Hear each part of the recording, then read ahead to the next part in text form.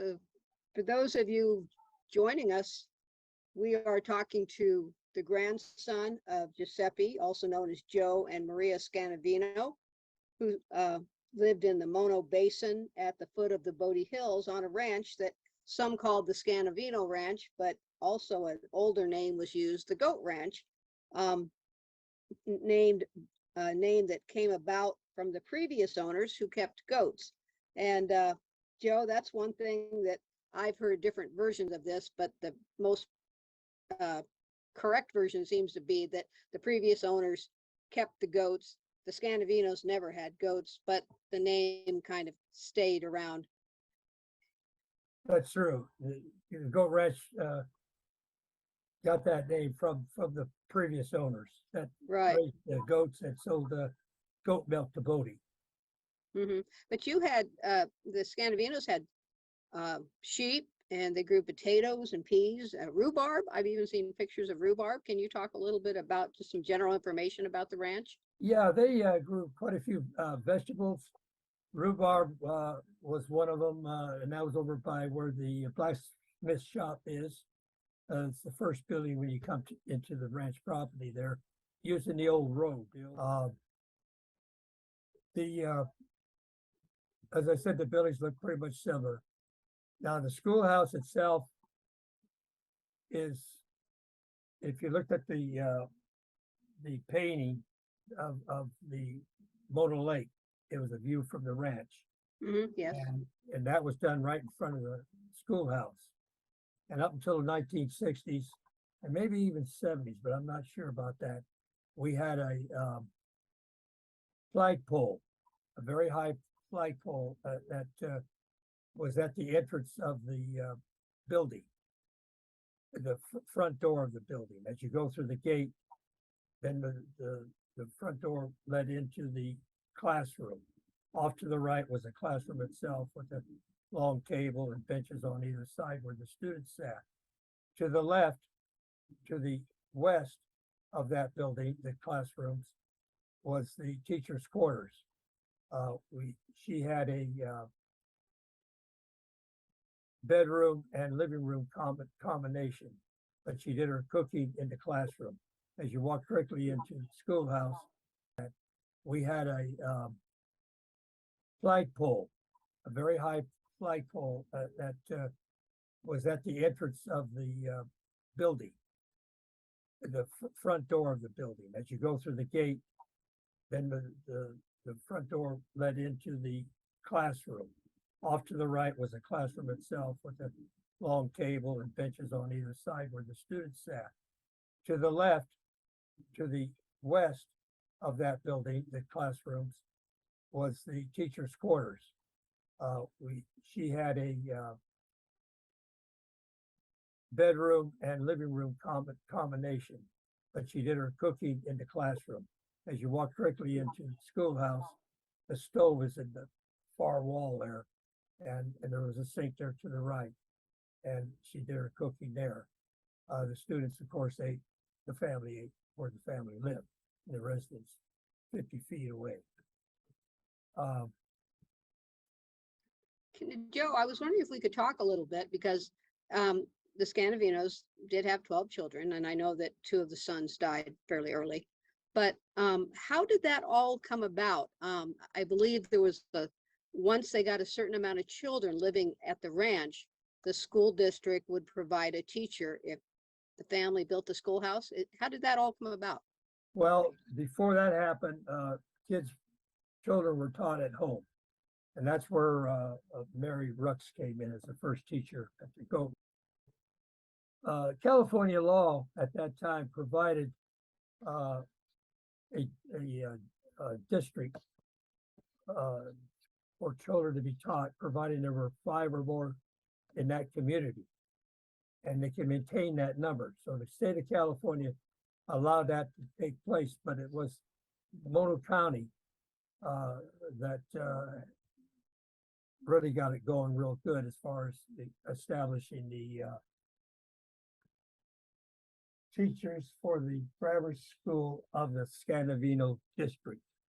That was the name of the certificate as well, the diploma that the students received.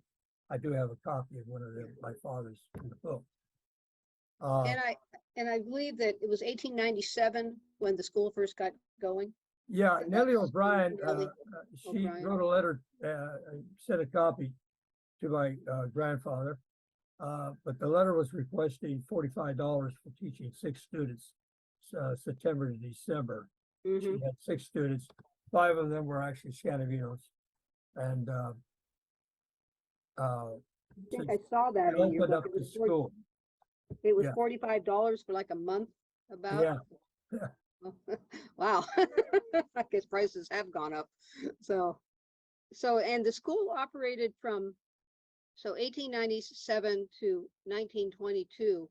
And I was looking at your book last night, and did the school close partly because your grandmother left the ranch, and the last kid was done with elementary school, or were there just not enough kids from the other ranches? exactly.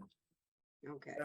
And Kate, the oldest, as you probably read, the oldest child, she taught as a substitute teacher along with Miss McKnight. Now at the Mono Basin Historical Society in Lee Vining, if you'd like to go pick up a copy, and as you mentioned, also on Amazon. As you can see, that there's both the residence and the schoolhouse together there. Mm-hmm. Of course, the schoolhouse is no longer there. It burnt down in 2009. Yeah, I was going to get to that, but I wanted to ask you first.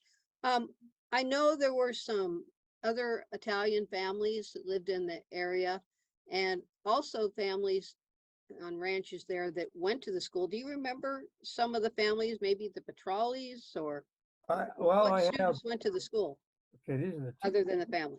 I didn't put them down, but there were several, yeah. Rux was the lady that was that lived there too and taught as one of the first teachers. But something important about the names of I'd have to look it up here, but I have them all listed in the book, the Mm-hmm. ones that lived in that area Yeah. on the north side and as well as on the south side. Yeah. One thing I don't remember is, I think is at its peak, how many children were going to school there? Any idea, estimate? No, but one of the teachers, let's see, what was her name? God, I got my glasses. I can't see now I can see distance. Oh, there's the picture right there. And your question was how many kids that went through the school? Yeah, just at its peak, any idea? Let's see. Let me look at this here. Clara Hardy taught 6 to 14. Now, I don't know if that's ages or if that's a number of students. I'd have to verify that. Yeah, well, we can come back to that. But they always had to maintain at least 5, or otherwise the program wouldn't exist. And that's why Kate, the oldest sister, and also McKnight came in there to help the substitute teach until they got somebody to come in. Now, you were saying there was a 44-foot tall flagpole and a school bell, and I understand that school bell went missing in the 1950s from the ranch. Can you talk a little bit about that? Yeah, the school bell was really a relic, and it symbolized the goat ranch in 2 ways. To call the kids to school, signify that, as well as when the workers, the family was out in the hay fields, call them in for dinner, lunch, that sort of thing. The significance of the school bell, though, I remember very distinctly. I remember it, and I looked at Bodie got theirs back though.